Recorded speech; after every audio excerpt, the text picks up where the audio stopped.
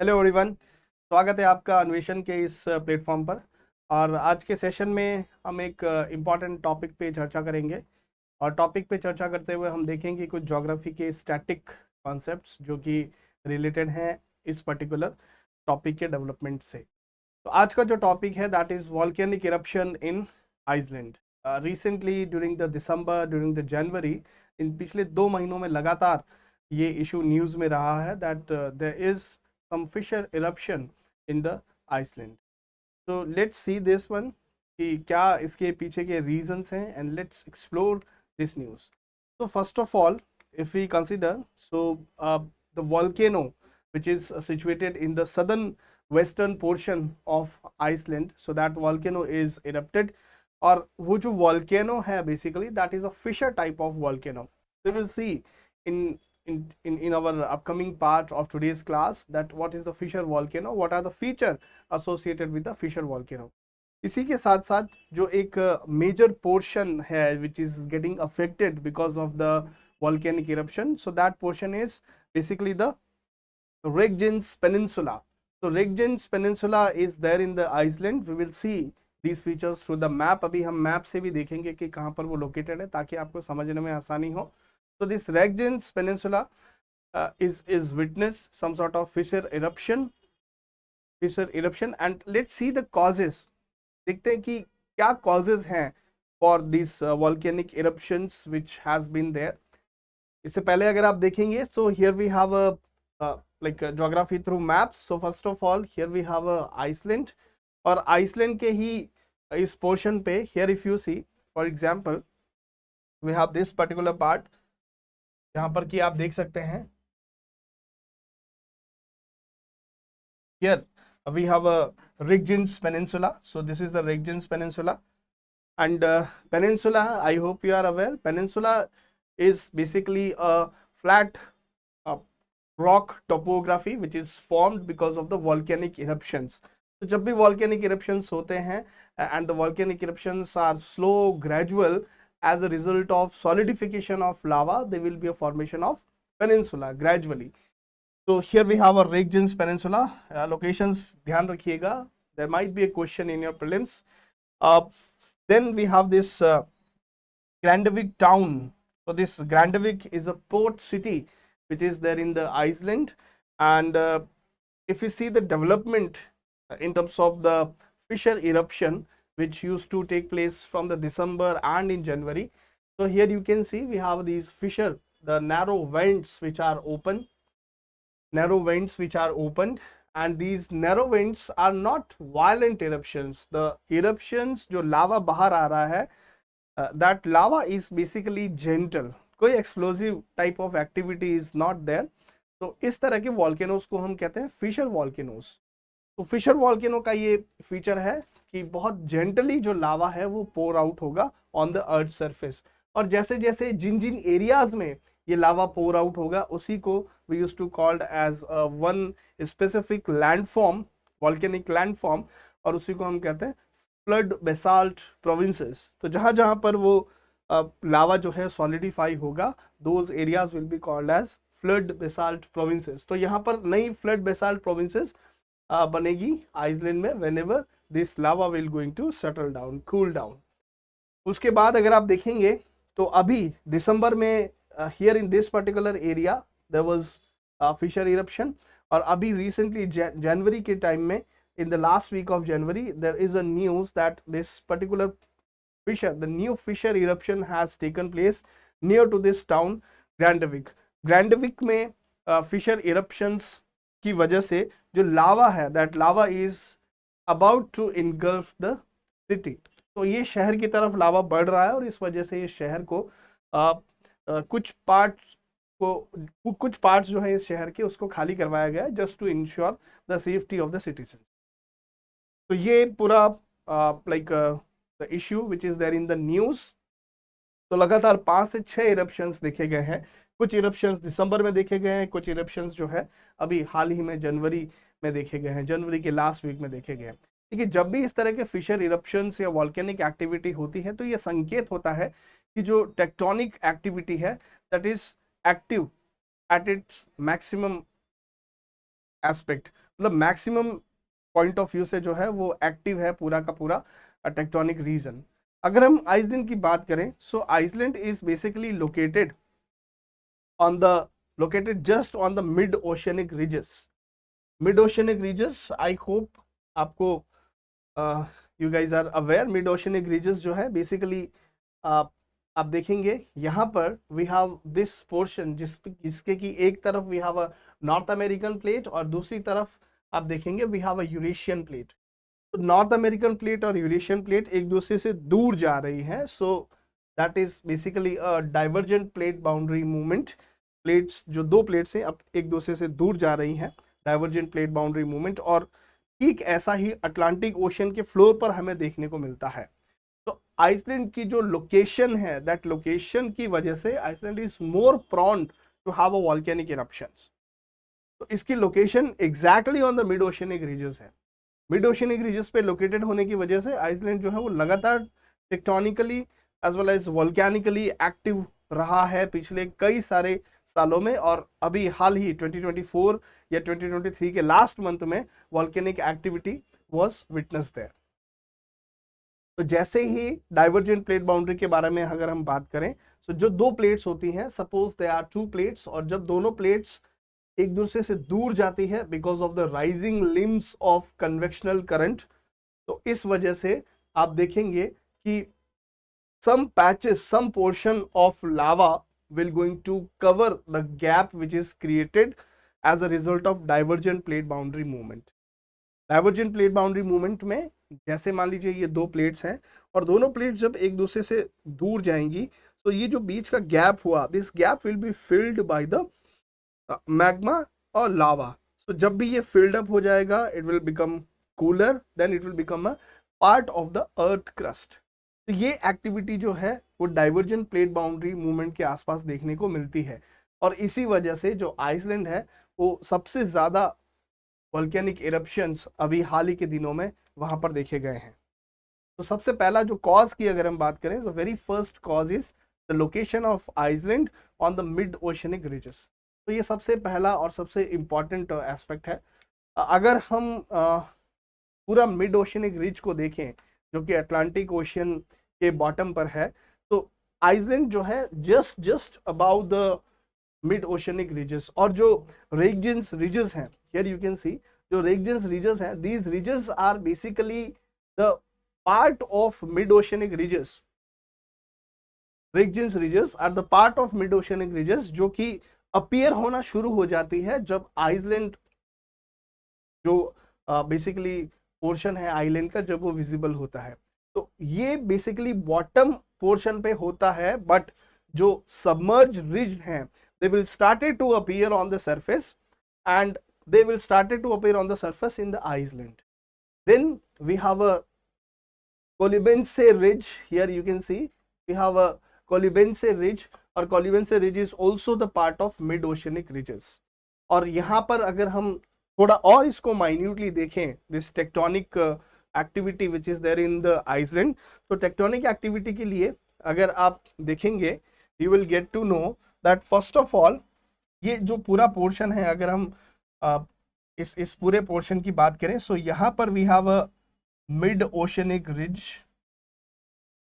So this is the basin of mid oceanic ridge, and here we have the breaking of the plate, means the divergence is taking place. और यहीं पर we have a Regnans Peninsula, here you can see Regnans Peninsula. इसके अलावा अगर आप इस image में देखेंगे, you will get to know that here we have so many volcanoes which are active in the Iceland. तो जब भी हम डाइवर्जेंट प्लेट बाउंड्रीज की बात करते हैं, तो डाइवर्जेंट प्लेट बाउंड्रीज के मार्जिन पे, प्लेट बाउंड्रीज के मार्जिन पे द वॉल्केनोज आर फाउंड। और वो इसीलिए फाउंड होते हैं क्योंकि डिस्प्लेसमेंट होगा, जो नीचे का जो लावा है, because there is a this plate margin is located on the rising limb of the convectional current, तो वो मैग्मा या लावा आप कह लीजिए, that will going to appear on the surface. Okay, तो because of this the volcanic eruption will be there. So for example, we have a Krafla here, Krafla volcano is here. Then you will see we have Aksa, this Aksa volcano is there. Then उसके अलावा अगर हम कुछ important volcanoes देखें, so here we have a Hekla volcano, then here we have a Katla volcano which is the part of Iceland active volcanism. सो ये जो this is basically a minor kind of features related to the Iceland। इसी के अलावा अगर आप देखेंगे तो जब भी डाइवर्जेंट प्लेट बाउंड्री मूवमेंट होता है, along with the divergent plate boundary movement there is also a formation of rift valleys। so here you will see that there are so many rift valleys which are found। so rift valleys will going to be formed because of the tensional forces। जब भी divergent plate boundary movement होता है, सो divergent plate boundary movement में the tensional forces will be created. अगर हम बात करें convergence plate boundary movement की, तो कन्वर्जेंस प्लेट बाउंड्री मूवमेंट में the compressional forces are there. तो ये फोर्सेस रिस्पॉन्सिबल होते हैं पूरी की पूरी लैंडफॉर्म को मॉडिफाई करने के लिए। तो ठीक इसी तरह यहाँ पर we have a divergent plate boundary movement. So divergent plate boundary movement की वजह से the rift valley will going to form, और इसके साथ ही active volcanism, earthquake and the addition of new crust will also going to take place. तो ये पूरा का पूरा सिनेरियो जो अभी हमने देखा, it is with respect to the Iceland, and I hope now there is a clarity that why Iceland is witnessing so many volcanic eruption nowadays। It is because of its location, mid oceanic ridges के ऊपर exactly वो बना हुआ है। चलिए साथ ही में बात करते हैं जो हमारा स्टैटिक टॉपिक के साथ कनेक्ट है। तो our today's static concept is divergent plate boundary movement. Divergent plate boundary movement या डाइवर्जेंट प्लेट बाउंड्रीज। तो when we talk about the divergent plate boundaries, so first of all in divergent plate boundaries को minutely देखते हैं। तो here we have a oceanic plate, and then again here we have another oceanic plate।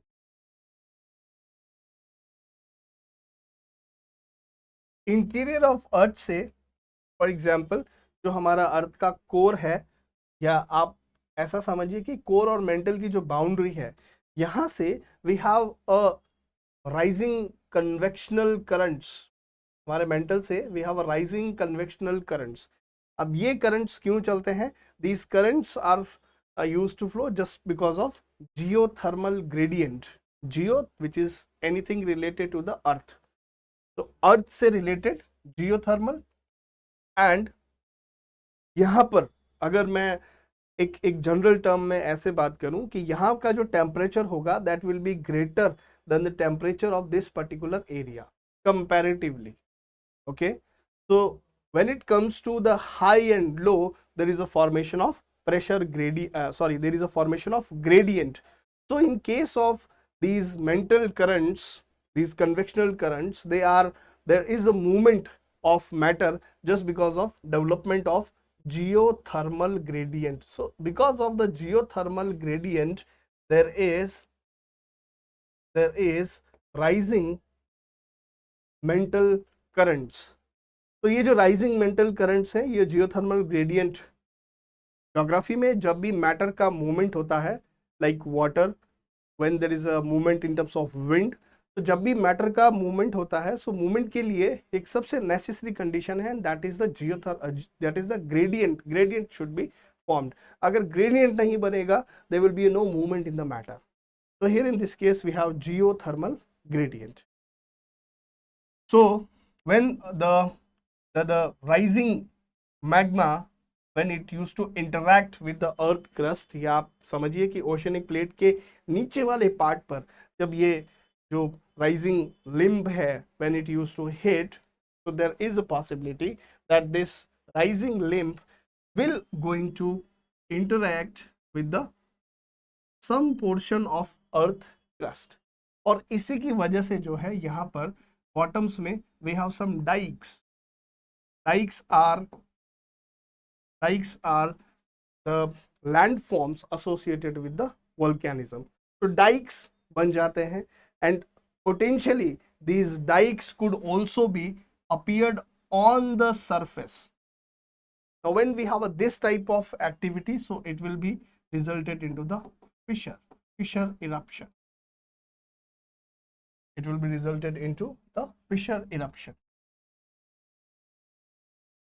इसकी वजह से जो है वो fissure eruptions will be appeared.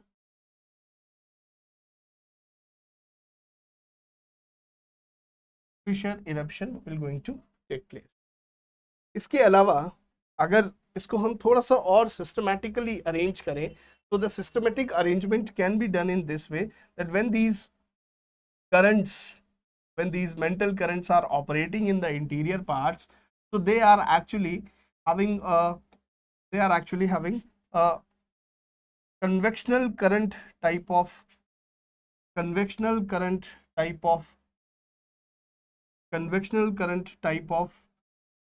impact on the crustal parts. So here in this case जो राइजिंग लिम्स हैं वो अपने साथ ओशनिक प्लेट्स को एक दूसरे से दूर करेगा. It is just like the conveyor belt. आपने देखा होगा एयरपोर्ट्स पर, रेलवे स्टेशंस पर कि there is a conveyor belt जो मूव होता रहता है. जब आप उसके ऊपर अपना लगेज रखते हैं, so according to the direction your luggage will going to move. So same thing is happening there. तो जो कन्वेयर बेल्ट है that is the rising limb of the convectional current, और उसके ऊपर जो सामान पड़ा है, या इन अदर वर्ड्स जो ऊपर प्लेट का पोर्शन है, so that will going to move accordingly. तो ये जो मेंटल करंट्स हैं, they are the main reason because of which the oceanic plates will going to move away from each other. तो जब भी ये मूवमेंट होता है, in case of movement, suppose there is a movement और ये cavity बन गई दो प्लेट्स के बीच में. अब ये कैविटी जो है, जो राइजिंग लिम्ब ऑफ मैग्मा है, इसको ये फिल अप कर देगा. And that's how there is a creation of new earth crust. The divergent plate boundaries are referred as the constructional in their manner, means they will going to construct, they will going to add into the earth crust. Divergent plate boundary. And just because there is a tectonic activity means the plate have some sort of movement, so because of this earthquake will going to take place. Because of this there will be some sort of volcanic eruptions on the plate surface. तो surface के ऊपर जो है, यहाँ पर जो है basically volcanic eruptions देखने को मिलेंगे. So this is about the divergent plate boundaries. Divergent plate boundaries जो है उसको हम spreading boundaries भी कहते हैं. Divergent plate boundary movement है, वही justify करता है कि जो sea floor है that is still spreading. Apart from the continental drifts, the sea floor is also spreading. तो sea floor spreading theory का resemblance जो है, उसका जो validation है, ये validation आता है divergent plate boundary movement के terms में. So most of the divergent plate boundaries की अगर हम बात करें, so mid oceanic ridges में है, but in other parts of the world there are mid oceanic ridges. अभी हम देखेंगे मैप में कि in which areas we have this mid-oceanic ridges. Apart from this, mid-oceanic ridges are basically led to the formation of transform fault. They will lead to the formation of rift valleys. अब ये transform fault, rift valleys को हम और ज़्यादा detail में cover करेंगे in some upcoming sessions with the respective topics, with the respective chapters. चलिए, so that is all about the divergent plate boundaries. तो ठीक ऐसा ही कुछ हो रहा है आइसलैंड के नीचे, जो कि इनविजिबल है, लेकिन उसको विजिबल बनाती है geography, that in what way that event could have been triggered. So this is all about the divergent plate boundaries. Here you can see in this map, this is what the global division of the divergent plate boundary movement. Here you can see we have a mid-oceanic ridges. Then here you can see that we have this Red Sea divergent boundary. Then here we have this Nazca plate जो कि अपने Pacific plate के साथ divergent movement create कर रही है. तो यहाँ पर we have a mid oceanic ridges, और जहाँ पर भी mid oceanic ridges होगा, that is one of the indication that the plates are moving away from each other. Plate जो है एक दूसरे से दूर जा रही है, प्लेट्स एक दूसरे से दूर जा रही हैं, और वहाँ पर volcanic activity will be so much visible. तो मिड ओशियनिक रीजन्स में पूरा यहाँ पर अगर आप ओशन के बॉटम में जाएंगे, you will see that there is so much volcanic activity. But अगर हम बात करें आइसलैंड की, यहाँ पर आइसलैंड है, तो आइसलैंड की अगर हम बात करें तो here we have volcanic eruption because वो एग्जैक्टली मिड ओशियनिक रिजेस के गोद में बैठा हुआ है, इस तरह से आप समझ सकते हैं। और हमने इसका माइनर जो एस्पेक्ट है वो भी हमने देख लिया कि एग्जैक्टली किस तरह से वहां पर जो है वो रिफ्ट वैली बनी हुई है, किस तरह से जो है कौन कौन सी रिजेस हैं which are the part of Iceland, जो कि actually they are the part of mid oceanic ridges. तो that is all about the divergent plate boundary movement. आगे चलते हैं। जो अभी eruptions हुए in the Iceland, so all of these eruptions are basically fissure in their nature. तो fissure eruptions और fissure volcanoes क्या होते हैं आइए समझते हैं। Generally we have a different types of volcanoes like strato volcano, then we have composite volcano. So in types of volcanoes को we will going to see in some other sessions. आज हम सबसे पहले बात कर लेते हैं जो करंट अफेयर का जो टॉपिक है उससे रिलेटेड जो अफेयर है। तो ये सबसे इंपॉर्टेंट पार्ट है, that is a fissure volcano. तो फिशर क्या होता है देखिए, fissure is basically elongated fracture. और फ्रैक्चर क्यों आता है क्रस्ट के अंदर? The fracture will going to appear in the crust just because there is the tensional forces which have been created. तो टेंशनल फोर्सेस की वजह से प्लेट्स के जो मार्जिन है दे विल बी फ्रैक्चर्ड, और उन फ्रैक्चर्स के बीच में से जो है वो लावा सरफेस की तरफ आना शुरू होता है from the bottom of the plates to the top of the plate. और जैसे ही लावा सरफेस पे आना शुरू होता है that lava will ultimately going to pour out on the surface. So fissure is the elongated fracture or the cracks at the surface from which the lava will appear, or the lava will going to erupt. तो कैसे पहचानेंगे कि कौन सा volcano Fisher है, कौन सा volcano strato है, कौन सा वॉल्केनो कंपोजिट है, कौन सा वॉल्केनो सिंडर कोन है, लाइक दैट। तो हम I mean in order to understand that which volcano it could be, so we used to identify some characteristics through some characteristics of that particular landform. तो जो हमारा Iceland है उस Iceland के सबसे आसपास के जो एरियाज है वहां पर first of all the lava is actually molten state, और वो लावा जो है वो नदी की जैसे जैसे नदी में पानी बहता है ठीक वैसे ही लावा इज एक्चुअली मूविंग। लावा जो है वो एक्सप्लोजिव नहीं है, तो एक्सप्लोजिव नहीं है तो फिशर का सबसे पहला फीचर यही है कि the fissures volcanoes are not explosive. Generally जो वॉल्केनोज है वो बहुत पायरोक्लास्ट मटेरियल के साथ बहुत एक्सप्लोजिवली इरप्ट होते हैं, लेकिन फिशर जो है वो एक्सप्लोजिवली इरप्ट नहीं होता है। There is very less gas, there is a very less ash, there is a very less pyroclast material, volcanic rocks तो बहुत कम होती है in case of fissure eruption और फिशर वॉल्केनो में। दूसरा क्या कैरेक्टरिस्टिक्स है, किस बेसिस पे हम कह सकते हैं कि this particular volcano is a fissure one? तो देखिए फिशर वॉल्केनो का एक और इंडिकेशन है, एक और संकेत है, और वो संकेत ये है कि the gentle slope, if the slope is gentle, अगर स्लोप जेंटल है तो gentle slope is there suppose, तो जेंटल स्लोप एक इंडिकेशन है कि ये जो वॉल्केनो है ये इतना वायलेंट नहीं है, इट इज जेंटल। तो first condition of the fissure volcano is we can say substantiated. दूसरा क्या कंडीशन है, जेंटल स्लोप इज देयर। तो whenever there is a gentle slope, so in case of gentle slope there is a indication कि जो भी volcano है वो volcano कैसा है, फिशर वॉल्केनो है। और एक और चीज, फिशर के साथ we have a basaltic lava, we have a basaltic lava. There are two types of lavas, acidic lava and the basic lava, or basaltic lava जिसको हम कह सकते हैं। The basaltic one is the purest form of the lava. So purest form of lava will going to appear. Fissure is basically अगर हम देखें तो एक हल्का सा क्रैक होता है अर्थ की क्रस्ट में, और वो क्रैक टॉप से लगा के बॉटम तक होता है, और उसी क्रैक से जो लावा है वो धीरे धीरे बाहर आता रहता है। तो fissure is basically is a kind of vent through which the lava erupts without any explosive activity. ये सबसे इंपॉर्टेंट फीचर है फिशर वॉल्केनो का। तो आइसलैंड में कुछ ऐसा इरप्शन इतना वायलेंट नहीं रहा है जितना वायलेंट हमें हवाईयन आइलैंड्स में देखने को मिलते हैं, जितने वायलेंट इरप्शंस जो है हमें पैसिफिक रिंग ऑफ फायर में देखने को मिलते हैं। जापान के आसपास हमें देखने को मिलते हैं, because those volcanoes are different, those volcanoes are stratovolcano, लेकिन यहाँ पर जो वॉल्केनो है वो फिशर वॉल्केनो है। तो फिशर वॉल्केनोज की वजह से yes on some sort of precautionary measures, जो फ्लाइट्स के रूट्स हैं उसको बंद किया जाता है, बट जनरली जो है वहाँ पर कोई डेंस क्लाउड्स या कोई डेंस गैसेस का फॉर्मेशन नहीं होता है, या वो इरप्ट आउट नहीं होती है वेंट से।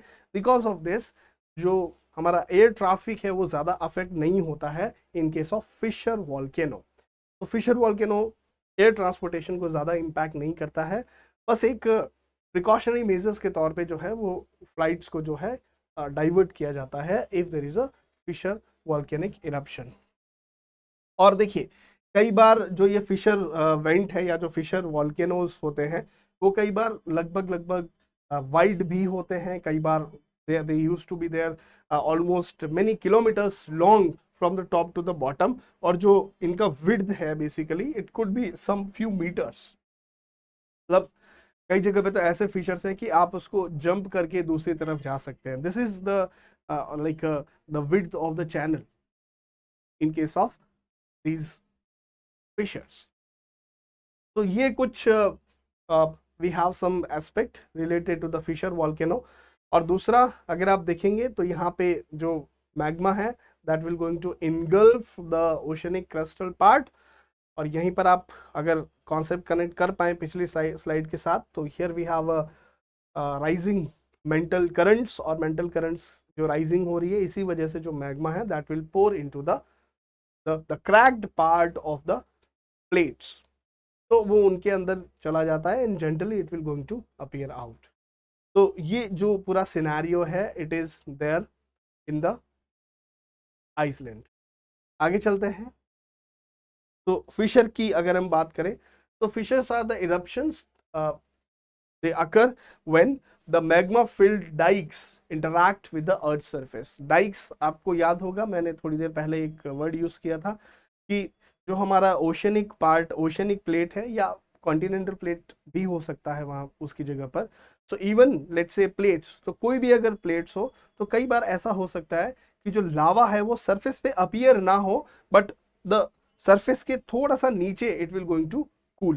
तो जब भी लावा ऐसी कंडीशन में कूल होता है उसी को हम कहते हैं डाइक। डाइक की एक खास बात है कि डाइक का जो टोपोग्राफिकल ओरिएंटेशन है, topographical orientation of dyke is like this. Suppose we have a crust in this way। आप मान कि ये क्रस्ट है हमारा अर्थ का, और जो क्रस्ट है, तो पहली बात crust is not uniform. Crust का कोई विड्थ जो है वो यूनिफॉर्म नहीं है, कई जगह से वो मोटा है, कई जगह से जो है वो थोड़ा सा थिक है। तो crust is like this, and when the lava is interacting with the crust, जब लावा जो है वो क्रस्ट के साथ इंटरैक्ट करता है, तो सपोज अगर आप यहाँ पर आप देखेंगे, so here the lava is in the semi molten state and the plate is solid, means rock से वो बनी हुई है। तो यहाँ पर सेमी मोल्टन और रॉक्स जो है दो डिफरेंट सर्फेसेस है, वहाँ पर they will be some sort of friction, and because of that जो ये मोल्टन मैग्मा है, so this magma will going to enter into the part of this particular oceanic या कॉन्टिनेंटल क्रस्ट। तो अब जो ओरिएंटेशन होगा या जो स्लोप होगा या जो अगेन से जो ओरिएंटेशन और जो स्लोप होगा it will be like this. जो हमारी प्लेट का ओरिएंटेशन होगा it will be like this. तो these landforms when they are pointed, तो ये जो पॉइंटेड लैंडफॉर्म्स है they are referred as dykes. sometimes when the tectonic activity will be there, जो प्लेट हिल जाएगी, there might be possibility कि this dike may be resulted into the volcanic eruption, या ये डाइक जो है volcanic eruption होने से पहले की शुरुआत है। ये स्टेप 1 है, the second step will be volcanic eruption। तो आइसलैंड के केस में भी ऐसा ही है, but those eruptions are gentle। तो आइसलैंड की नीचे की आई मीन द ग्राउंड की टोपोग्राफी अगर आप देखेंगे, there you will found so many active as well as the inactive dykes. वहां पर कई सारी ऐसी डाइक्स मिली हैं, और डाइक्स का जो बेसिकली वी कैन से, अगर डाइक्स को पहचानना है तो डाइक्स को पहचानने के लिए आपको देखना होगा कि जो रीजनल टोपोग्राफी है वो कैसी है। तो अगर बॉटम में when we have a pointed spikes like this, so इसी को हम लोग बोलते हैं डाइक्स। तो फिशर इरप्शन जो है वो magma filled dykes, yes, DYKES will also be fine. So dikes intersect with the surface. तो डाइक्स जब सरफेस के साथ इंटरैक्ट करती हैं due to the tectonic activity, even in that case the volcanic eruption could be appear. तो suppose there is a plate activity, so there might be possibility कि जो volcanic magma है तो वो सरफेस के ऊपर आ सकता है in terms of eruption that becomes lava. तो fissures they are often filled with the mineral bearing materials. देखिए ये जो वॉल्केनिक इरप्शंस हैं, ओके, these volcanic eruptions जो हैं, they are basically rich in terms of mineral. They are rich in terms of mineral. तो जो भी जितने भी मिनरल्स हैं, all of the minerals are found in the interior of earth and they are found in the molten state. वो liquid state में हमारे interior में है, और जब वो ऊपर की तरफ इन फॉर्म ऑफ मैग्मा जब सरफेस की तरफ आते हैं तो सरफेस के ऊपर आते ही वो कूल हो जाते हैं, then it becomes mineral, it becomes rich in minerals. अगर भारत के कंटेक्स, इंडिया के कंटेक्स में आप देखेंगे तो इंडिया के कंटेक्स में जो हमारा डेक्कन प्लेटू है उसके साथ यही फीचर है, ओके। और कर्नाटका के कुछ पोर्शंस में आप देखेंगे कि जो बॉटम जो टोपोग्राफी है वहां पर still we have some active dykes. तो ये इंडिकेशन है कि या तो पास्ट में there has been some active volcanoes या फिर फ्यूचर में we could have some active volcanoes, okay. Volcanoes का जो कैटेगराइजेशन है that will be depend on the eruption style. अगर इरप्शन बहुत ज्यादा वायलेंट होता है तो वो स्ट्रैटो होता है, कंपोजिट होता है लाइक दिस, और अगर बहुत जेंटल होता है तो वो होता है फिशर। इनको हम minutely we will going to cover in some respective upcoming sessions. तो बने रहिए ज्योग्राफी की इस सीरीज में to just to have a concept connect with the respective topics which are remain in news. तो मिनरल्स रिच होगा यहाँ पर, जो आपका मैग्मा जो यहाँ पर लावा जो यहाँ पर डिपॉजिट होगा, उस लावा वो जो लावा होगा that will be rich in terms of ferrous, that lava will be rich in terms of aluminium. Mineral rich होगा। वहां पर सिलिका का जो कंटेंट होगा that will be very less.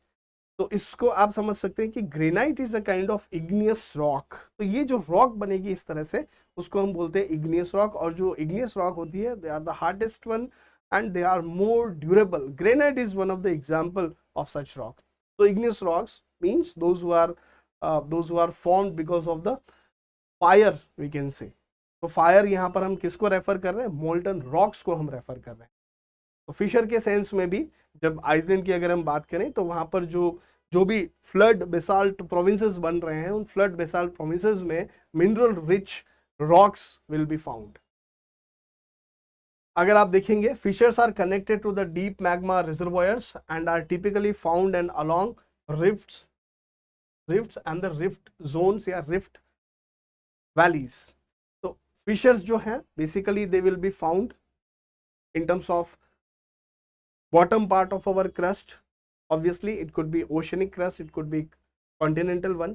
कई बार ऐसा होता है कि ये जो हमारा लावा जो अपीयर हो रहा है, इस लावा के लिए एक सेपरेट सोर्स, एक मैग्मा चैम्बर बना हुआ होगा। उस मैग्मा चैम्बर में whenever there is a pressure which is exert, because of this जो वॉल्केनो जो आपका वॉल्केनो है which is on the surface, it could be active because of the like the ascent of magma. Magma जब ऊपर की तरफ जाएगा, ascent and emplacement of lava will going to take place. So because of that there will be a eruption.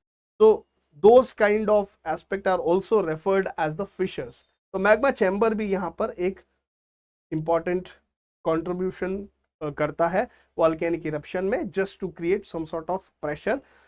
इस पूरे went में pressure को exert करता है, और उसी प्रेशर के एक्सर्ट होने की वजह से मैग्मा जो है सरफेस की तरफ आना शुरू हो जाता है। Fissures are commonly associated with the shield volcanoes, commonly associated with the shield volcano. Shield volcanoes के आसपास जो है आपको बेसिकली फिशर्स के इरप्शंस देखने को मिलेंगे। वेल सो आइसलैंड में जो इरप्शंस हुए हैं they are fissure in their nature. Iceland is more visible, island is more prone to the volcanism because of its location. Mid oceanic plates, mid oceanic ridges के वो exactly ऊपर बना हुआ है, डाइवर्जेंट प्लेट बाउंड्रीज के exactly ऊपर वो located है. तो वहां पर active volcanism, active earthquake, active plate tectonics जो है वो अभी और फ्यूचर में भी आपको देखने को मिलेंगे. That's all for today. बने रहिए अन्वेषण के साथ. That's all for today. Take care. Bye bye.